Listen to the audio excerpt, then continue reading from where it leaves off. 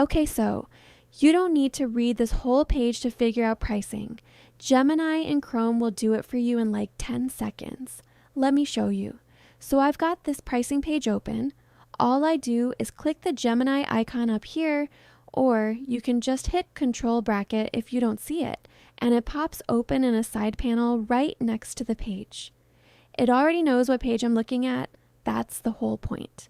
Now I just type summarize this page, or a lot of times there's a summarize suggestion chip right there, so I can just click that instead of typing.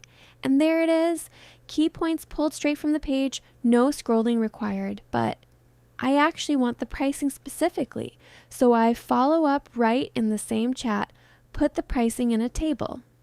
That's it. Look at that. Plans, prices, features all lined up. Way easier to compare than scrolling through the actual page. Now, sometimes Gemini adds extra notes or explanations under the table.